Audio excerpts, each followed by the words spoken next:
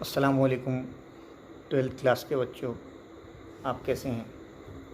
उम्मीद है कि आप अच्छे होंगे। नेक्स्ट हम जो है हमारे सिलेबस की 2.5 पोएम पढ़ने जा रहे हैं, फादर रिटर्निंग होम। बच्चों, इससे पहले हम 4 पोएम्स पढ़ चुके हैं। उम्मीद है कि चारों पोएम्स आपको बहुत अच्छे से समझ में आ गई होगी। फादर रिटर्निंग होम जो है दिलीप चित्रे, ये बहुत ही रिनाउंड पोइट हैं, बहुत मशहूर शायर हैं और इन्होंने मराठी से इंग्लिश काफ़ी सारी पोएमें ट्रांसलेट की है खुद की। वालिद घर वापस आ रहे हैं, इस पोएम के टाइटल का मतलब है। इस नज़्म में क्या बयान किया गया है बच्चों?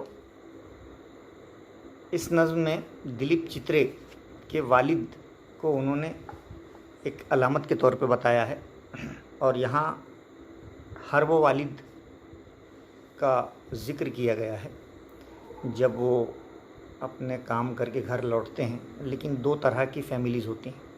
एक फैमिली वो होती है जो अपने फादर, जो उनके लिए बहुत काम करके लौटे हैं, बहुत थक हार के लौटे हैं, उनकी कदर करने वाली एक फ़ैमिली होती है। और दूसरी एक फ़ैमिली बड़ी अजीब व गरीब होती है, लानत ज़दा होती है, जो अपने कमाने वाले बाप की ही कदर नहीं करती। तो यहाँ पे मॉरल वैल्यूज़ किस तरह से डिग्रेड हो रही हैं, यानी इंसानी अक़दार का कितना ख़ात्मा हो रहा है, इस नज़्म में बताया गया है। तो दिलीप चित्रे के वालिद को सामने रखकर यहाँ पे सारे वो बाप की कसम पुरसी, वो बाप की मफलूकुल हाली और बेबसी और लाचारी और मजबूरी और तन्हाई भरी ज़िंदगी बयान की गई है, जिनकी औलाद उनकी फ़ीलिंग को नहीं समझती है और उनको रिस्पेक्ट नहीं करती है और उनके साथ कोई चीज़ शेयर नहीं करती है। तो शायर इस नज़्म के ज़रिए आज के दौर की भागदौड़ भरी ज़िंदगी में एक बड़े शहर में रहने वाले और रोज़ाना लोकल ट्रेन से सफ़र करके थक हार कर सुबह को ड्यूटी जाकर शाम को वापस थक हार कर घर आने वाले बाप की फ़ीलिंग और दर्द बयान कर रहा है। इस पोएम में एक फ़ादर जो अपने रोज़ाना के मामूल यानी अप एंड डाउन, भीड़ भाड़ वाली लोकल ट्रेन के सफ़र की परेशानी और एजेड हैं, उम्र रसीदा होने की वजह से होने वाली थकान और अपने बाल बच्चों और अपनी फैमिली के लिए उठाने वाली मशक्क़त और तकलीफ़ इस नज़्म में बयान की गई। लेकिन इस तकलीफ़ से ज़्यादा ख़तरनाक तकलीफ़ का एहसास उस बाप को इतना नहीं होता जितना अपनी औलाद की उन परेशानियों झेल कर रोज़ी रोटी कमाता है उसकी फ़ैमिली, ताकि उसकी फ़ैमिली खुश रह सके। उसके बरखिलाफ़ क्या होता है, उसकी फ़ैमिली, उसके बच्चे ड्यूटी से वापस आने के बाद अपने बाप से बात करना तो दूर की बात, उसकी तरफ ध्यान भी नहीं देते हैं, अपनी ही ज़िंदगी में मगन रहते हैं। ये बेचारा बाप अकेलापन महसूस करता है और अपनी तमाम ख्वाहिशात और ख़ुशी को उस वक्त अपने दिल में दबा लेता है जब बजाय ताज़ा खाना और बेहतरीन चाय के उसके सामने वो ना आते हुए उसको बासी खाना और बहुत देर की बनी हुई ख़राब चाय पेश की जाती है। तो आप सोचिए वो बाप क्या सोचता होगा। हाँ, मैं तो कहता हूँ लानत है ऐसी फैमिली पर और ऐसी औलाद पर जो अपने लिए पैसा कमाने वाले, रात दिन मेहनत करने वाले, थके हारे उम्र रसीदा बाप के साथ ये सलूक करें और उसको घर में वो माहौल ना मिले कि बेचारा दिन भर की थकान अपने बच्चों के साथ खुशी और गम शेयर करके जी ना सके। क्या क्या काम की ऐसी फैमिली, लानत है ऐसी फैमिली। तो आखिरकार बाप मायूसियों और तन्हाइयों और औलाद की बेपरवाहियों को कबूल कर लेता है और उनसे शिकायत नहीं करता है, अपनी लाइफ जीना शुरू कर देता है, तन्हा रहना पसंद शुरू कर देता है। इस नज़्म में गोया इस नज़्म में बताया गया गोया बाप को एक पैसे कमाने की मशीन समझ लिया गया है और बेफ़िक्र बेतवज्जह औलाद जो है और बीवी उसकी कोई फ़िक्र नहीं करती। तो जिसको शायर ने बड़े अच्छे अंदाज में कहा था मेराज फैज़ाबादी ने कि मुझको थकने नहीं देता ये ज़रूरत का पहाड़, मेरे बच्चे मुझे बूढ़ा नहीं होने देते। यानी मैं उनके लिए थक गया हूँ, है ना, उनकी ज़रूरतें पूरा करते करते मैं जो है बूढ़ा हो गया हूँ, लेकिन मुझे उनकी ज़रूरतों का पहाड़ थकने नहीं दे रहा है। हाँ, तो बच्चों, हदीस में है कि माँ के कदमों के नीचे जन्नत है और बाप जन्नत का दरवाज़ा है। अब हम ये तय करें कि हम अपने बाप को नाराज़ करके अपनी जन्नत का दरवाज़ा अपने हाथों से ही बंद कर रहे हैं। इसलिए हमने हमारे वालिदैन के साथ अपनी तमाम खुशी गम शेयर करना चाहिए, उनको कभी अकेलेपन का एहसास नहीं होने देना चाहिए उनके लिए वो दुआ करना चाहिए जो कुरान मजीद में है, रब्ब अरहमहुमा कमा रब्बयानी सगीरा, ऐ अल्लाह हमारे माँ बाप पर तू वैसा ही रहम कर जैसा उन्होंने बचपन में हम पर किया। तो ये हमारा मज़हब सिखाता है बच्चों। नज़्म को हमने ज़िंदगी में भी उतारना चाहिए और उनके लिए दुआ भी करना चाहिए। ओके, तो यहाँ पर देखिए दिलीप चित्रे जो है 1957 में अपने वालिद के साथ मुंबई आए और उनके वालिद का नाम पुरुषोत्तम चित्रे हैं। उनकी ज़िंदगी का एक वाक़या है ये सच्चा। अब अबाउट द पोएम, ये पोएम 2 पार्ट में डिवाइड है, तकसीम है। पहली 12 लाइन फर्स्ट स्टेंजा है, तो दूसरा पार्ट आखिरी 13 लाइन का है। ओके, इस नज़्म में कोई राइमिंग स्कीम नहीं है, यानी ये फ्री वर्स है, आज़ाद नज़्म है। नज़्म की लैंग्वेज बहुत सिंपल है और पोएटिक डिवाइसेस यानी फिगर ऑफ स्पीच बहुत सारी इसमें यूज़ की गई हैं, जो हम लास्ट में आपको पढ़ाएंगे या फर्स्ट पार्ट पढ़ाएंगे तो उसके बाद एक्टिविटी सॉल्व करवाएंगे।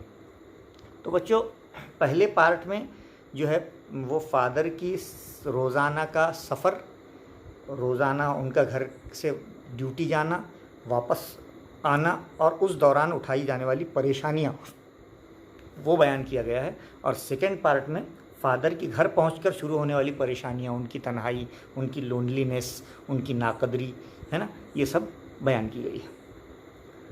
तो चलिए हम देखते हैं ice breakers, father returning home.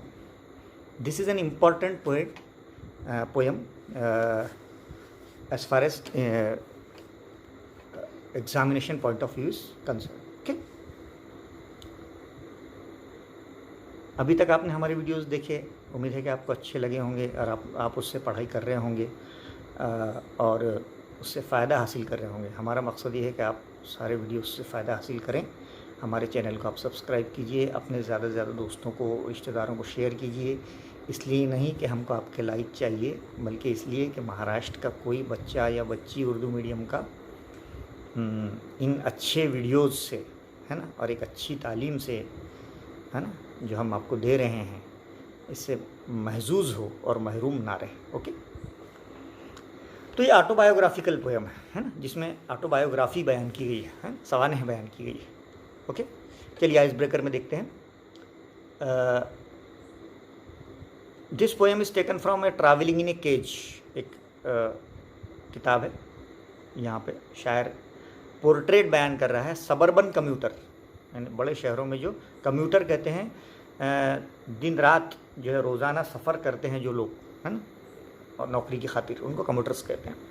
तो उनकी कम्यूटर्स की हालत बयान कर रहा है कि किस तरह मोनोटनस रोज़ रोज़ सफ़र करके एग्जॉस्ट हो जाते हैं, थक जाते हैं एंड उनकी कंडीशन बहुत ख़राब हो जाती है, पीटीएबल हो जाती है।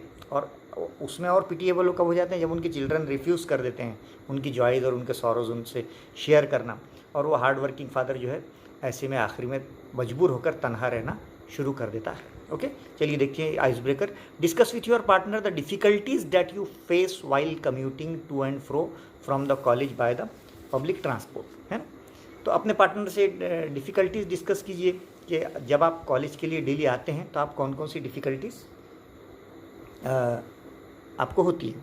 आप इसका उर्दू में ट्रांसलेशन कर, इंग्लिश में ट्रांसलेशन कर लेना। हम बोलते हैं जैसे वक्त पर गाड़ी का ना मिलना, ओके, गाड़ी मिली तो जगह का ना मिलना, जगह ना मिलने पर खड़े खड़े जाना, थक जाना, कपड़े ख़राब हो जाना, चप्पल ख़राब हो जाना, सब डिफ़िकल्टीज़ है। हाल के बेहाल हो जाना, देर रात घर पहुंचना, ये सारी क्या है, प्रॉब्लम्स है। आप इसको इंग्लिश में ट्रांसलेट कर लीजिएगा, क्योंकि आपको भी कुछ वर्क होना चाहिए ना, है ना। हम तो 1 सेकंड में आपको बता सकते हैं। Okay, then the similar problems are faced by the other commuters. आप जो प्रॉब्लम फेस करते हैं वो दूसरे भी फेस करते होंगे on the way to their work place, जब वो जाते हैं। इमेजिन देयर प्लाइट, उनकी हालत को तस्वुर कीजिए एंड सजेस्ट 3 सॉल्यूशंस, कि ऐसी डिफ़िकल्टीज़ फेस करने वालों को, कि जो डेली आने जाने वाले अप डाउन वाले, उनकी प्रॉब्लम्स को हमने कैसे हल करना चाहिए। जैसे पहले दिया गया है, giving them your place to sit, आप उनको जगह दे दें बैठने के लिए, है ना। या make way for senior citizens to enter, बूढ़े जो लोग हैं उम्र रसीदा कम्यूटर्स हैं उनको जगह दे दें। या ऑफ़र ए लिफ्ट दोस्त ट्रैवलिंग इनटू सेम डायरेक्शन, कोई कार से जा रहा है तो उनको लिफ्ट दे दे, है ना, कि उसी डायरेक्शन में जा रहा है। तो giving seat to ladies, ladies को स्पेशली सीट दे दे। To a mother with a small baby, अगर कोई छोटा बच्चा लेके कोई खातून है, चाहे वो किसी भी मज़हब की हो, तो इंसानियत का नाता है कि हम उसको जगह दे दें। उनसे बातचीत करें, उनका दिल बहल जाए, ये भी एक सॉल्यूशन है। उनके दर्द को शेयर करें, उनको जाते वक्त बाय कहें, अलविदा कहें, उनको पानी या स्नैक्स अपने पास है तो ऑफ़र करें। Whatever help we can do, we should do. Okay, then complete the following table. एक टेबल है, उसमें दिया गया है the way our elders take care of us, है ना। हमारे बड़े हमारी कैसी देखभाल करते हैं, है ना, कैसी देखभाल करते हैं। लव एंड प्रोटेक्ट अस, हमें प्यार करते हैं, हमको समझते हैं, हमारी हिफाजत करते हैं। प्रोवाइड अस पॉकेट मनी, हमें जेब खर्च के लिए पैसे देते हैं। सपोर्ट अस, एजुकेट अस, गाइड अस, है ना, हमारे बड़े सब ये करते हैं ना। और सेकेंड कॉलम में the way you can take care of elders in your family, जो हमारे बड़े हमारी मदद करते हैं तो हमने उनकी क्या हेल्प करना चाहिए, उनको कैसे सपोर्ट करना चाहिए। जैसे help them in daily course, उनको रोज़ाना के कामों में उनकी मदद करना चाहिए। इंश्योर गुड हेल्थ, उनकी सेहत का ख्याल रखना चाहिए, है ना। We should be very careful about their, उनको डॉक्टर्स के बारे में बताना चाहिए, उनको एक्सरसाइज के बारे में बताना चाहिए, वगैरह वगैरह। चलिए, उसके बाद what are your duties towards the following. Family के लिए आपकी क्या क्या ड्यूटीज़ होनी चाहिए। जैसे पेरेंट्स के लिए क्या क्या ड्यूटी होनी चाहिए आपके। पेरेंट्स को आप रिस्पेक्ट करो, ओबे करो, उनके साथ जॉय शेयर करो। उनके साथ अगर जॉय शेयर करेंगे आप तो बहुत अच्छा होगा। उनके वरीज़ और सॉरोस को डिवाइड करो। उसके बाद keep them always happy, share their experiences with us. Okay, siblings यानी बच्चे, छोटे बच्चों के साथ उनको लव, फील देयर नीड्स, उनकी ज़रूरतों को पूरा करो। Try to understand their requirements, उनकी ज़रूरियात को समझने की कोशिश करो। And share everything good and useful in their life. Okay, then grandparents, जो हमारे दादा दादी, नाना नानी हैं, उनके साथ हम क्या हमारा क्या फ़र्ज़ है उनके लिए। To love them, to respect them, to take care of them, to devote our time for them, to listen to them, है ना, and to take care of them, their priority among all, ये सब। उसके बाद school college में हमारी क्या teachers का क्या करना चाहिए हमें। We should respect our teachers, we should obey their orders. Yes, okay. Then classmates के साथ क्या है, we should take care of our classmates, we should try to solve the problems, we should everything, है ना, with our friends and classmate. Okay, चलिए आ जाइए poem पर। पोयम देख लेते हैं हम। इस पोयम में बच्चों डिस्क्राइबिंग वर्ड्स काफ़ी सारे हैं, है ना। डिस्क्राइबिंग वर्ड्स यानी जो डिस्क्राइब करते हैं, किसी चीज़ को क्या करते हैं, डिस्क्राइब करते हैं, है ना। तो अभी देखिए, हम पढ़ने जा रहे हैं पैसेज नंबर 1, यानी माय फादर ट्रैवल्स से लेकर ही हरीज ऑनवर्ड तक। Okay, my father travels on the late evening train. शायर कहता है मेरे वालिद देर शाम की लोकल ट्रेन से सफ़र करते हैं, देर शाम की। इसका मतलब वो दिन भर बहुत ज़्यादा काम करते हैं अपने, जहाँ भी वो काम करते हैं, ऑफिस में या फैक्ट्री में। स्टैंडिंग, और बाद में खड़े खड़े आते हैं। अमंग, के दरमियान, के बीच। साइलेंट, खामोश। कम्यूटर्स, रोज़ाना सफ़र करने वाले। इन द येलो लाइट, यहाँ पे येलो लाइट जो है ये उनके उम्र रसीदा होने को बता रहा है, ओल्ड एज को बता रहा है, और रात के सफ़र को भी बता रहा है। भीड़ भाड़ वाले रश की वजह से खड़े खड़े येलो लाइट में रोज़ाना सफ़र करने वालों के साथ मेरे वालिद खामोशी से सफ़र करते हैं, है ना। कैसे थक जाते हैं वो, है ना। देखिए पेज नंबर 117 पलटाइए, कैसे बेचारे खड़े हैं, हाँ, थके हुए, यानी स्टैंडिंग पोजीशन में आ रहे हैं। ओके, अब खड़े खड़े जाहिर सी बात है खिड़की में से हम देखते हैं कि देहात, गांव जो साइड से होते हैं ना, वो नज़रों से ट्रेन आगे की तरफ जाती है और ये सारे मंजर पीछे की तरफ आते हैं। तो सबर्ब्स कहते हैं मज़ाफ़ात को, है ना। साइड, पास्ट, पीछे की तरफ जा रहे हैं। हिज अनसीन आइस, हाँ, मज़ाफ़ात और कस्बे और देहात उनकी नज़रों से पीछे की जानिब जा रहे हैं। यानी ये लाइन बता रही है कि फ़ादर का उनको देखने में कोई इंटरेस्ट नहीं है, क्योंकि वो डेली अप एंड डाउन करते हैं, है ना। ठीक है, इसके बाद हिज शर्ट एंड पैंट्स, उनका जो लिबास है, आर सॉगी, गीला हो गया, इसका मतलब बारिश का मौसम है। एंड हिज ब्लैक रेनकोट, उनका पैंट और शर्ट गीला हो गया और उनका काला रेनकोट, यहाँ पे ब्लैक जो है ये ओल्ड एज को भी बताया जा रहा है। स्टेन्ड, उस पर दाग आ गए हैं, विथ मड, कीचड़ के। एंड हिज बैग, और उनका जो बैग है स्टफ, उसमें ठूसी हुई है, विथ बुक्स, किताबें। इज़ फॉलिंग अपार्ट, वो टूट फूट गया है, टूटने के कारण है। उनका पैंट और उनका शर्ट गीला हो गया है, उनका काला रेनकोट जिसको अटायर कहा गया है, ये कीचड़ के दाग हैं उस पर। उनका जो बैग किताबों से भरा हुआ है वो इतना पुराना हो गया है कि फटने के करीब है। ओके, हाँ। उनके शर्ट एंड पैंट के लिए जो डिस्क्राइबिंग वर्ड है वो सॉगी, ओके, और रेनकोट के लिए मडी है। हाँ, इट्स फॉलिंग अपार्ट, अब वो बैग फटने के करीब है। His eyes dimmed by age, उम्र के साथ साथ उनकी नज़र कमज़ोर हो गई है। आई के लिए डिस्क्राइबिंग वर्ब क्या है? डिम्ड, हाँ, कमज़ोर हो गई। उनके उम्र के साथ साथ उनकी नज़र कमज़ोर हो गई है। Fade homeward through the humid monsoon night, और ह्यूमिड यानी हब्स, गर्मी जो होती है बारिश के बाद, ह्यूमिडिटी। हब्स भरी रात में, बरसाती रात में वो अपने घर की तरफ फेड, धीरे धीरे निकल पड़े।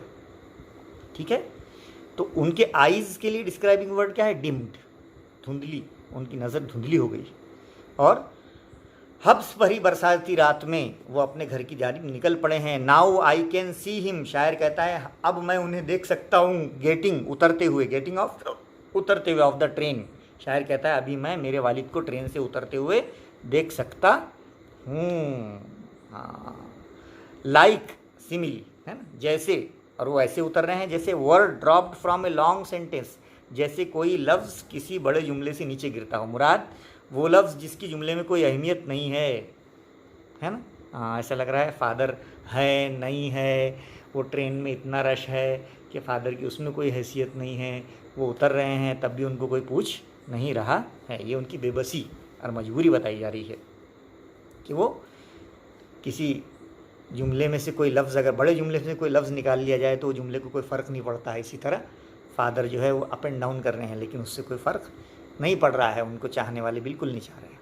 ही हरीज़, वो जल्दी क्रॉस करते हैं the length of the great platform. यहाँ पे ग्रे जो लफ्ज़ है इसके दो मीनिंग है। वो जल्दी सीमेंट से बनाए हुए टूटे फूटे प्लेटफॉर्म को क्रॉस करते हैं। तो यहाँ पे ग्रे का मतलब है ओल्ड एज और डलनेस, और दूसरा है grey platform suggest due to cement.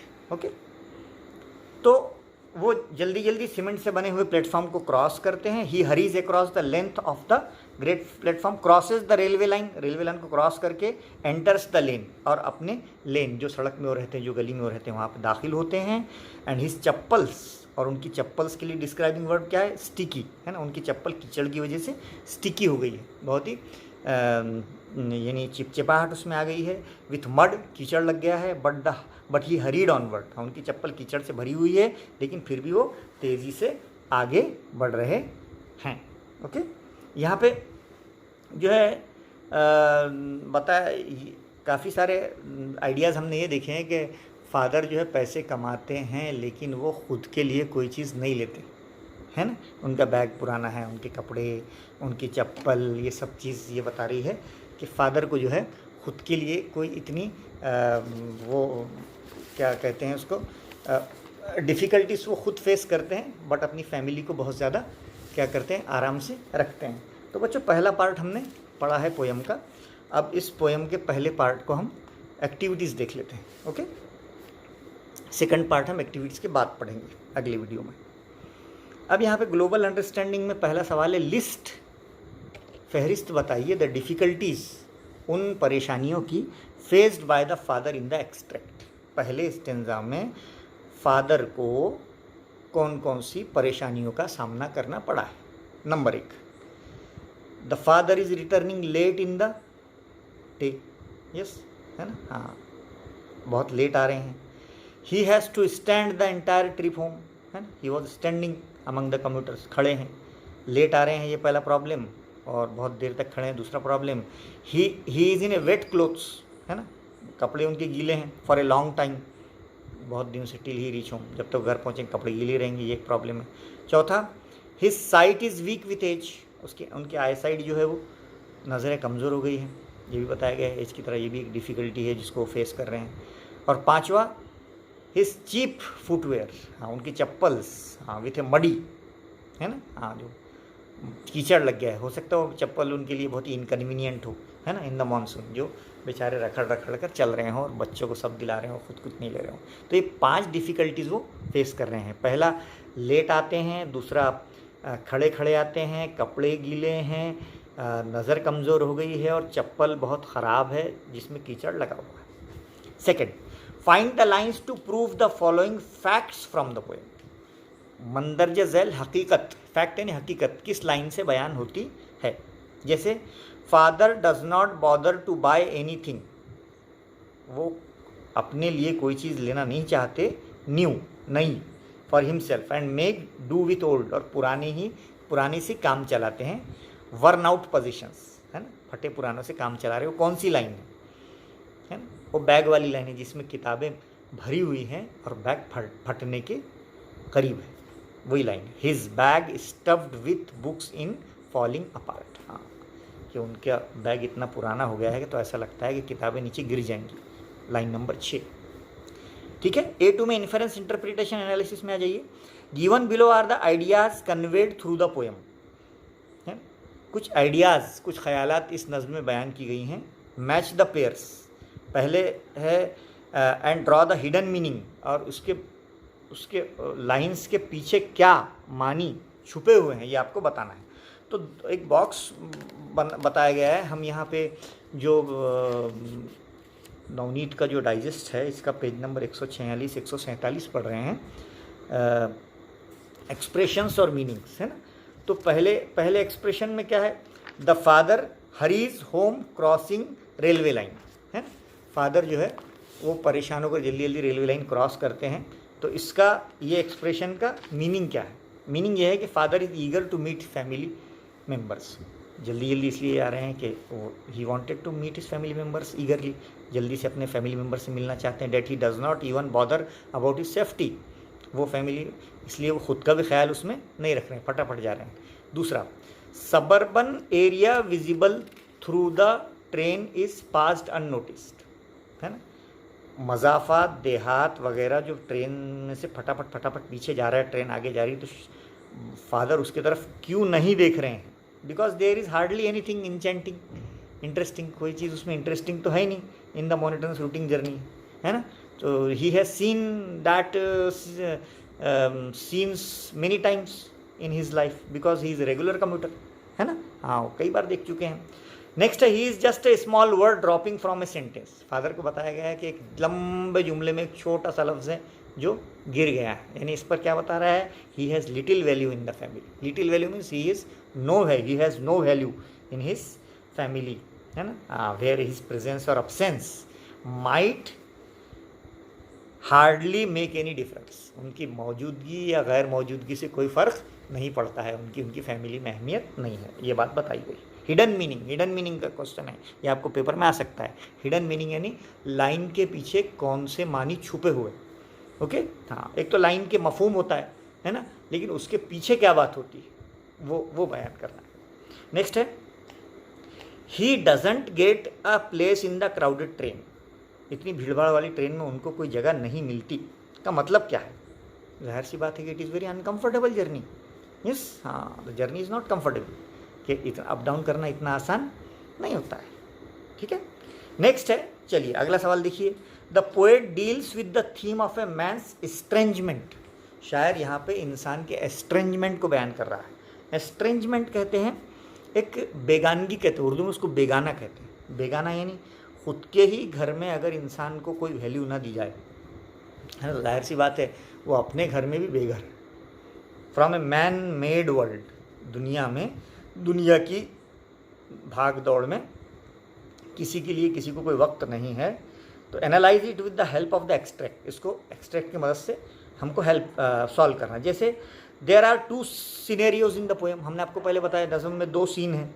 The first part is about the father's time spend time outside, पहला वो जब वो ड्यूटी जाते हैं, and the second part is describe his time in his home, जो हम आगे पढ़ेंगे, है ना, ठीक है।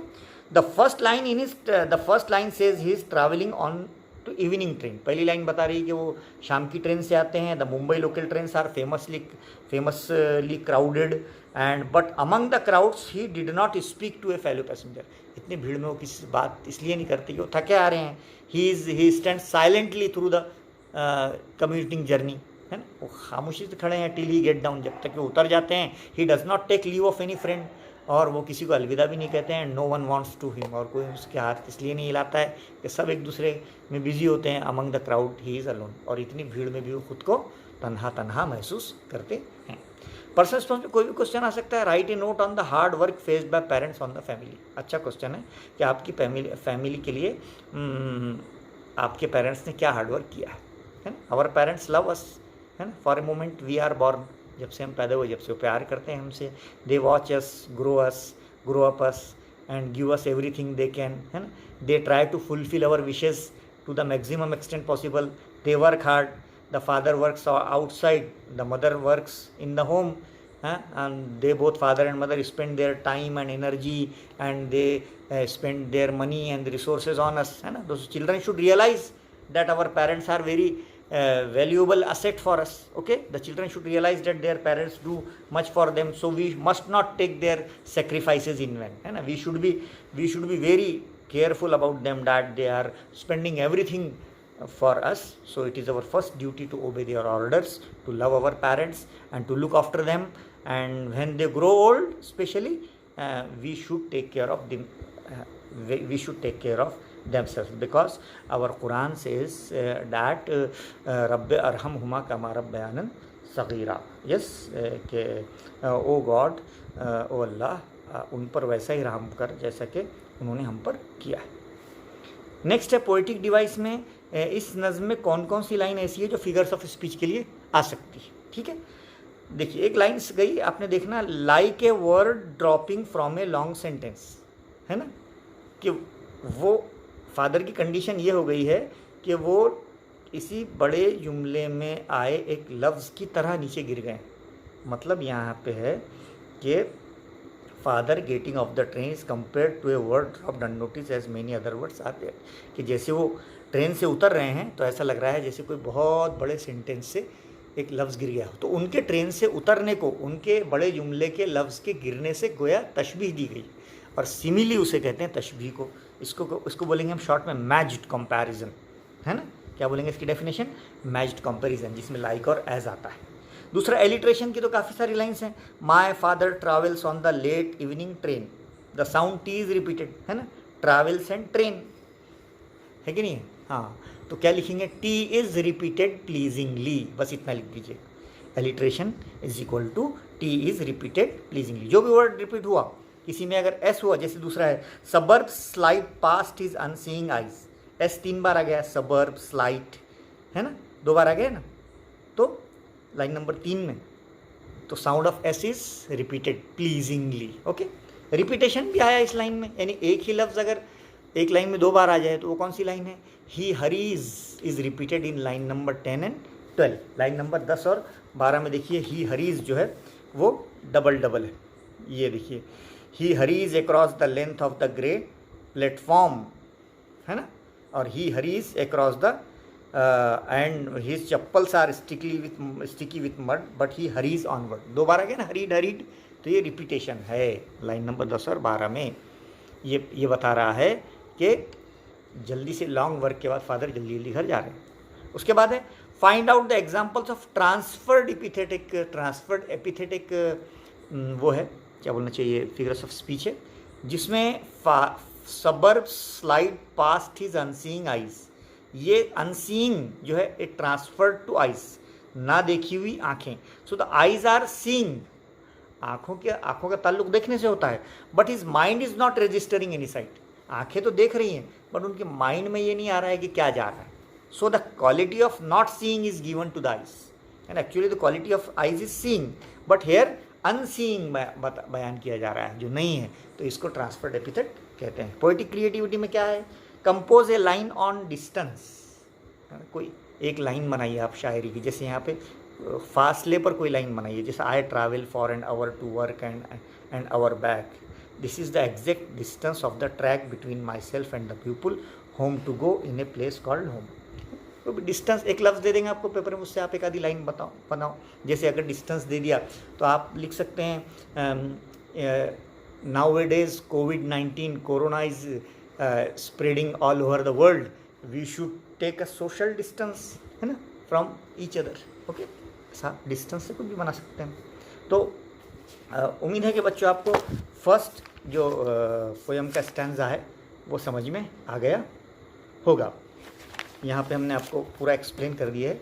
सेकंड स्टैंजा, सेकंड जो सेक्शन है सेकंड वीडियो का, home again I see him से लेकर लास्ट तक, वो इंशाल्लाह आपको नेक्स्ट वीडियो में समझने को मिलेगा। आप इस पोएम की अच्छी स्टडी कीजिए और वीडियो को सब्सक्राइब कीजिए, चैनल को सब्सक्राइब कीजिए, ठीक है। चलिए नेक्स्ट वीडियो इंशाल्लाह देखें। अल्लाह हाफ़िज़।